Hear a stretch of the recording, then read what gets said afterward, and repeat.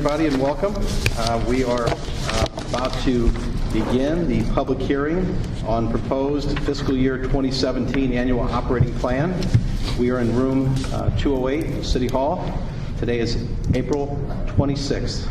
This meeting is, and so at this time I will call the roll. Madam Secretary? Mayor Slay. Present. Comptroller Green. Here. President Reed. Here. This meeting is being held in accordance with the provisions of Ordinance 49318, approved March 2nd, 1959, which states in part, and I quote, "The Board of Estimate and Apportionment shall review the proposed budget with the heads of departments and other agencies and hold at least one public hearing thereon after giving at least 5 days' notice in the Journal. The required notice was published in the St. Louis City Journal on Tuesday, April 12th and 19th, and in the St. Louis Post-Dispatch on Friday, April 8th, 2016. Right. At this time, if we have anybody signed up to speak, and if we do, we'll call the first person. And please give us your name and address. And if you're representing an organization, let us know which one that might be. Kevin McKinney.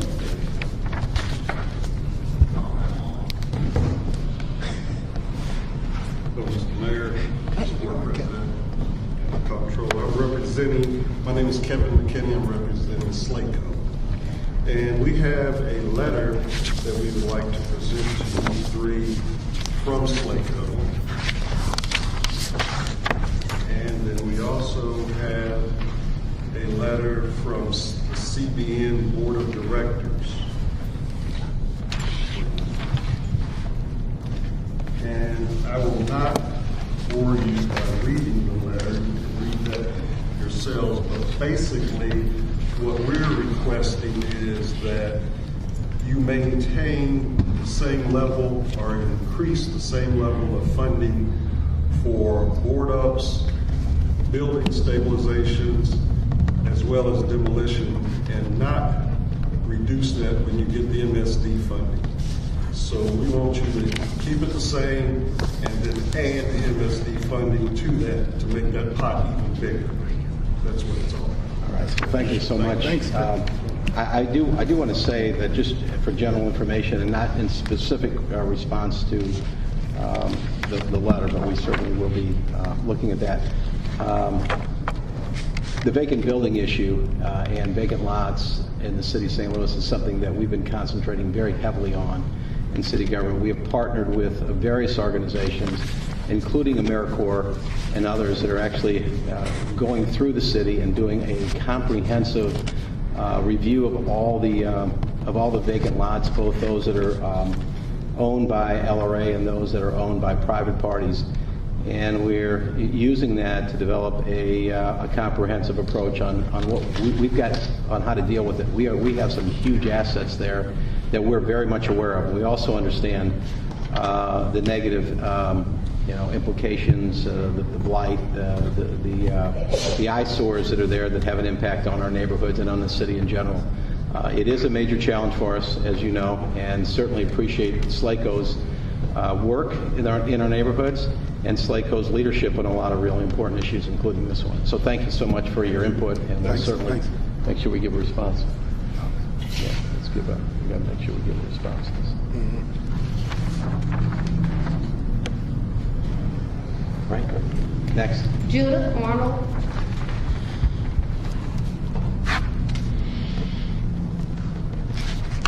Good morning.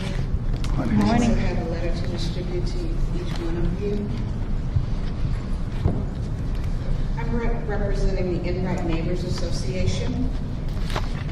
The Enright Neighbors is a 30-year-old organization representing residents living on Enright Avenue from Mandan to Taylor. And our mission is to improve quality of life for its residents. Our neighborhood feels that demolition and board up of derelict buildings should be a priority. Next year's budget shows a cut for demolition and board up. Please restore the budget to at least its previous level. It is our belief that a reasonable budget is important to neighborhoods. Thank you. Thank you so much. Appreciate your comments. Thank you. Do we have anyone else? John Chasnoff. Good morning. John Chasnoff. I'm here representing the Coalition Against Police Crimes and Repression.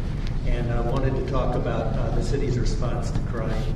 I've been here at meetings before where the chief of police has come to testify, and he's explicitly said we can't arrest our way out of the crime problems that we have.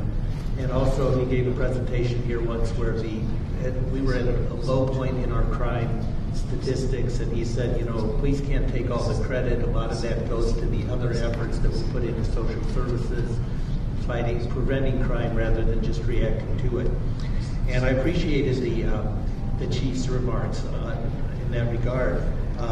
But we're still spending about 25% of our budget on policing. And CAPCAR recently held a town hall where we sat down and as best we could, we went to the general revenue fund to try to figure out what does it really cost us for the whole model of arresting and incarcerating people for the city of St. Louis. You know, we have, I think, come to recognize as a country that we have a mass incarceration problem. We need to turn in different directions. But there's a whole infrastructure that comes after the arrest with money we spend on jails and circuit attorneys to prosecute those people. If you add it all up, by our best reckoning, it comes to 57% of the general revenue fund for the city of St. Louis, which is a huge proportion of our money that we're spending to arrest and incarcerate citizens here in St. Louis. Just as examples, we seem to be relying more and more on technology. We're putting millions of dollars into the Real-Time Intelligence Center. We're spending money on shot spotters, where NPR just recently did a report that the shot spotters are not proving to be that effective around the country. They give us interesting data, but not much in terms of concrete results. And studies are showing that there's a study I could send to you from Baltimore that shows that we could be spending our money much more effectively on human services rather than incarcerating folks. So I know that the city crime plan does reflect that kind of philosophy, and there's much in the city crime plan that focuses on city services. I don't have specific line item recommendations for you all today, but I would hope that the budget plan for 2017 reflects that change in philosophy, and that we begin to move away from the mass incarceration model and towards a model where we prevent crime instead of just. Thank you very much. Thank you so much. I just want to make one comment there. Thank you so much for your comments. We have, I know just in the last few years, the number of people in our prisons has dropped dramatically in the city of St. Louis. I think it's been cut about, Paul, was it about half in the last few years? It's been averaging about 1,300. A few years ago, it was about 1,800. Yeah, so it's about 50% down from where it was just a few years ago. So that's something we're always cognizant of, and we all believe that law enforcement is the last resort, and incarceration is the last resort. That's something we're always trying to avoid.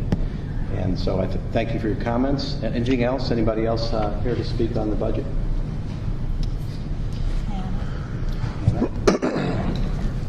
Good morning. Members of the DNA and staff.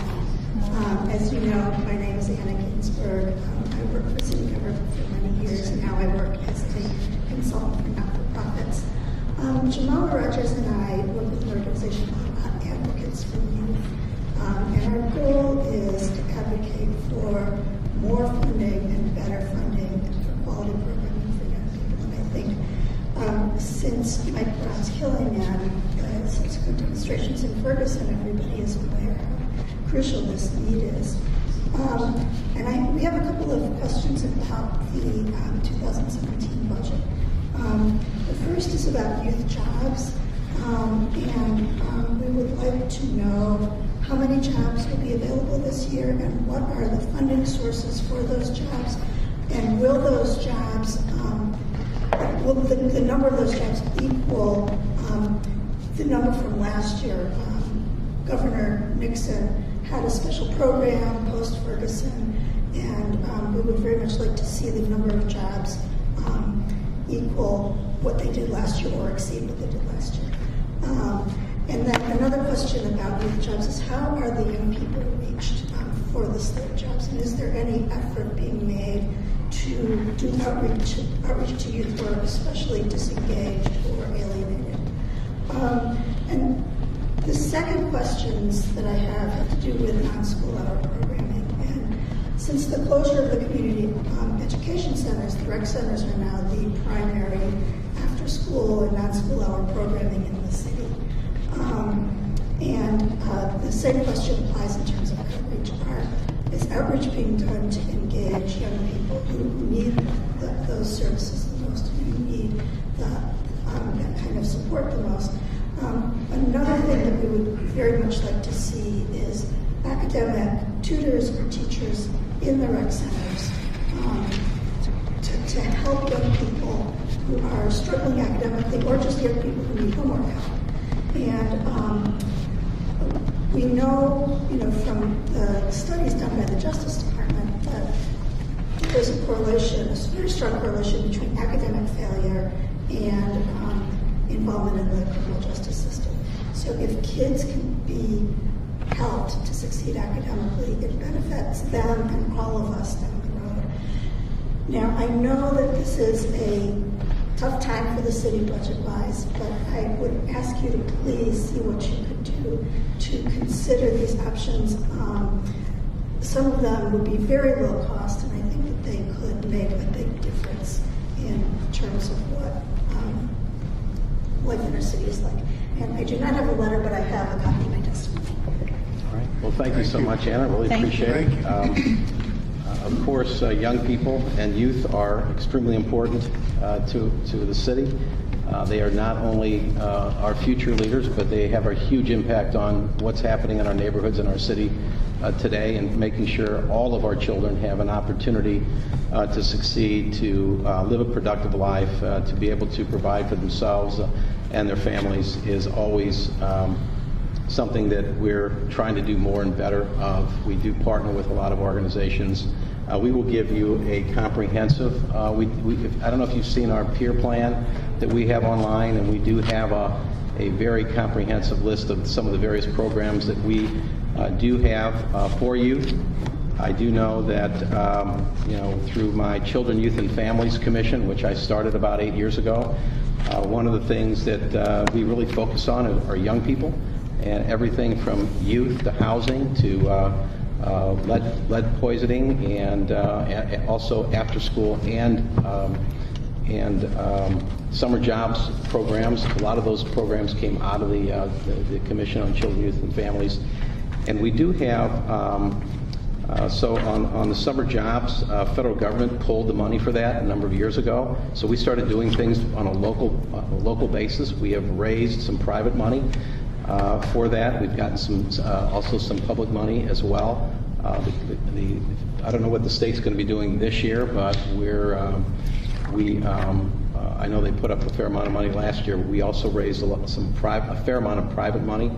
I've gone to Civic Progress, major companies, to get money. I know they wrote a check. Don't know the exact amount of it. It wasn't as big as I wanted, never as big as we want. But they're participating not only as an organization, but some of the individual organizations as well. So I'm out actually personally raising money with companies so that we can give more kids more jobs in the summer. We know how important it is and the impact that it has on them. And we can give you all the we'll give you all the information on how successful that program's been, but it's not big enough. We need to reach more kids. The after-school program that we started as well, the After School for All program. Again, it's about funding to really to reach the full capacity of where we want to be. We partner with the public schools on that. We've also partnered with a number of other organizations as well. But on that particular issue, the after-school program, we know that this last, as I understand it, this last ballot measure, the 75 cents per $100 of assessed valuation that the voters overwhelmingly approved, is going to go to a lot of things, including summer jobs. After-school programming for our youth. There is a lot of outreach going on as well. We want to make sure we reach the kids that need it the most.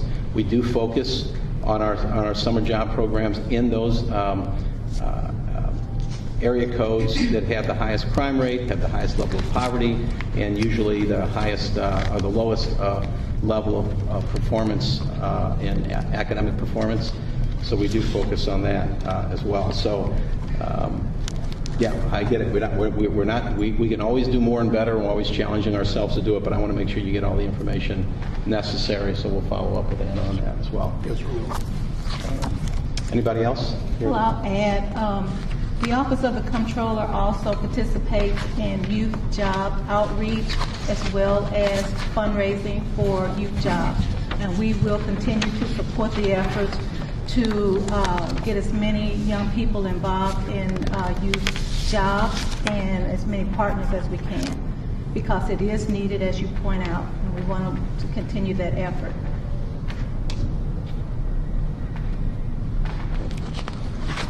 So, anybody else have anything further? If there's nothing else, I will entertain. First of all, again, I want to thank everybody for being here and appreciate your insight, input, and comments. And at this time, if there's nothing further, I will entertain a motion to adjourn. So moved. Moved and seconded. All those in favor indicate by saying aye. Aye. Aye. This meeting is adjourned. Thank you.